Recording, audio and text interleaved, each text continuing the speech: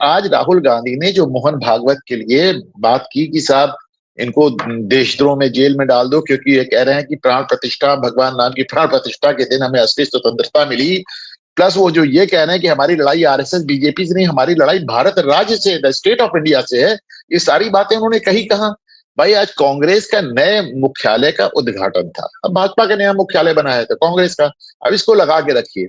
अब आप देखें कि इस कांग्रेस के नए मुख्यालय का उद्घाटन, इसका नाम हुआ इंदिरा भवन, और सोनिया गांधी ने इसका उद्घाटन किया। और जो राष्ट्रीय अध्यक्ष थे मल्लिकार्जुन खड़गे, वो ताली बजाते हुए नजर आ रहे, वो ताली बजा रहे, देखिए। तो भैया वो राष्ट्रीय अध्यक्ष किस बात के राष्ट्रीय अध्यक्ष? सोनिया क्या है?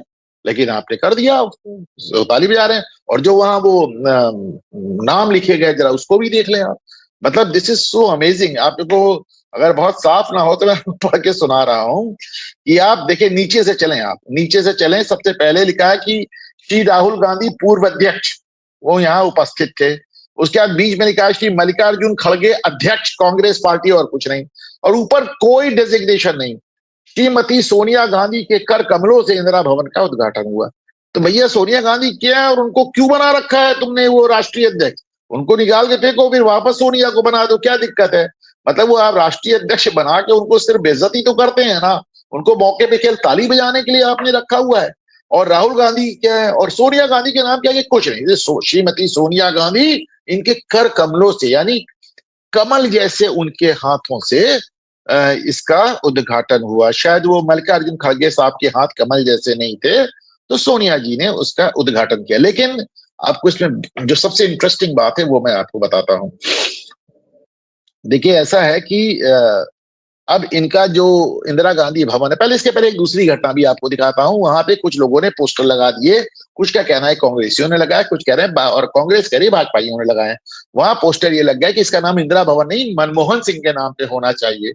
तो ये कि कांग्रेस मुख्यालय सरदार मनमोहन सिंह भवन, वहां पे वही पोस्टर लग गया, उसको आनंद फानंद में हटाया गया और भाजपा को गालियां दी गई वगैरह वगैरह। और फिर ये भी कहा, अच्छा अभी तक आप इनके स्मारक के लिए लड़ रहे थे, लेकिन जब कुछ बनने की बात आती है, कुछ नाम में, तो करने वाली सोनिया गांधी, नाम आया इंदिरा गांधी, और किसी का परिवार के अलावा उसमें स्थान नहीं है। पर है क्या?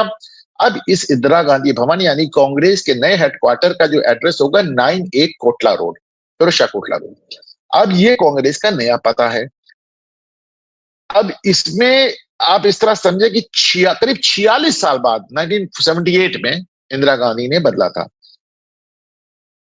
इसका आप किस्सा जानेंगे तो आपको बहुत अजीब लगेगा कि अच्छा, पहली बात, जो ये नया ऑफिस बन रहा है इसकी आधारशिला भी सोनिया गांधी ने रखी थी, और तब मनमोहन सिंह प्रधानमंत्री खड़े होकर ताली बजा रहे थे। आज ये राष्ट्रीय अध्यक्ष खड़े होकर ताली बजा रहे थे। पहली बात, ये भाजपा के कार्यालय से 500 मीटर दूर है केवल। अच्छा, ये जो इनका नया ऑफिस बना है कोटला मार्ग पे, इसकी जो एंट्रेंस है, मेन एंट्रेंस, वो फ्रंट गेट से नहीं है, वो पिछले दरवाजे से है, बैकडोर एंट्री है। This is so funny. उन्होंने जो इसकी मेन एंट्रेंस दिया है वो पिछले दरवाजे से दिया है, अगला दरवाजा बंद किया। क्यों? क्योंकि जो अगला दरवाजा है उसके सामने जो रोड है उसका नाम है दीनदयाल उपाध्याय मार्ग, जो कि जनसंघ के अध्यक्ष हुआ करते थे, जो कि भाजपा के जनक माने जाते हैं। तो अब अगर पार्टी उधर का जो फ्रंट गेट है उसको इस्तेमाल करती तो उनका एड्रेस क्या आता? उनके एड्रेस में दीनदयाल उपाध्याय मार्ग आता। तो उन्होंने कहा हमको फ्रंट गेट से निकलना ही नहीं, उसको बंद करो, हम बैक गेट से आएंगे, बैक गेट से जाएंगे फिरोजशाह कोटला। वो उस नाम से we are comfortable, Feroz Shah Kotla नाम से हम कंफर्टेबल है। वो हमारे एड्रेस में छपेगा तो हमारा थोड़ा सा माइनॉरिटी अपीजमेंट भी होगा। दीनदयाल उपाध्याय मार्ग पे अपना वो नहीं रखेंगे। अच्छा, ये देखिए, इसके पहले 70 के दशक में, 70s में कांग्रेस का जो ऑफिस था डॉक्टर राजेंद्र प्रसाद रोड पे था, और ये भी बैकडोर एंट्री था। ये भी बैकडोर एंट्री था, इसमें भी फ्रंट गेट पे नहीं जाते थे। क्यों? क्योंकि उसका जो फ्रंट गेट था वो 3 रायसीना रोड इस बंगले का नाम था, लेकिन 3 रायसीना रोड के ठीक सामने 6 रायसीना रोड था, वो अटल बिहारी का बंगला था।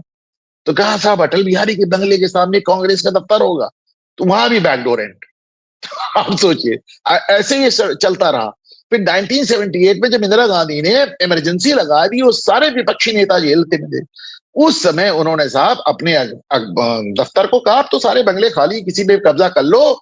तो उसको 24 अकबर रोड पे शिफ्ट किया गया। उसके लिए बाकायदा तलाशा गया, साहब अकबर का नाम जुड़ा हुआ है, अल्पसंख्यकों को लगेगा कि कांग्रेस का हेडक्वार्टर अकबर रोड पे। तो साहब उसको अकबर रोड पे किया गया। अभी भी फिरोज शाह कोटला रोड पे है, तो कोटला रोड अकबर रोड में सूट करता है, लेकिन अटल बिहारी के सामने कैसे मेन गेट हो जाए, दीनदयाल उपाध्याय के मार्ग पे कैसे मेन गेट हो जाए। और इसके चलते आप जरा सोच कर देखें कि इन्होंने फ्रंट गेट से घुसना ही बंद कर दिया और इन्होंने बैकडोर एंट्री करी, एक बार नहीं दो दो बार। मतलब ये आपको किस्सा कहीं नहीं मिलेगा इस तरह की हरकतें कोई करने वाला। अच्छा, और इसका इन्होंने कहा कि इंदिरा गांधी के नाम पे क्यों रख दिया भाई आपने, कांग्रेस में तो कौन कौन रहे हैं भाई, सुभाष चंद्र बोस भी कांग्रेस ही रहे हैं, गांधी जी तो कांग्रेस के साथ चलते ही थे, जो तमाम लोग बड़े बड़े सरदार पटेल फलाने ठिकाने कोई भी। तो उन्होंने कहा नहीं, पहले इंदिरा कांग्रेस का जो हेडक्वार्टर था स्वराज भवन में जो प्रयागराज में है, और इंदिरा गांधी वहीं पैदा हुई थी, इसलिए इंदिरा गांधी के नाम पे इसको इंदिरा भवन। इस लॉजिक का क्या सेंस है आप बताइए। अच्छा, चाहे वो अखिलेश यादव हो चाहे राहुल गांधी हो, इस तरह की बातें कर क्यों रहे हैं, इसका एक कारण मुझे और किसी ने बहुत अच्छा मैं देखा था सोशल मीडिया पे, कोई बता रहा था या कोई में बता रहा था, उन्होंने कहा किसी से 10 रुपया ले लीजिए, 1 रुपया ले लीजिए तो उसे लगता है मेरा पैसा ले लिया। यहाँ तो आपने उनसे सारी सत्ता ही ले ली। जिस सत्ता को अखिलेश यादव अपनी जागीर मानते थे, जिस सत्ता को गांधी परिवार अपनी जागीर मानता था, आपने तो उनसे उनकी जागीर छीन ली। जिसको वो मानते थे कि साहब मेरा नैसर्गिक हक है, सत्ता मेरे अलावा कहीं जो है नहीं, आपने तो पूरी सत्ता ले ली। तो जाहिर सी बात है, इतनी बौखलाहट समझ में आती है और अंडरस्टैंडेबल है।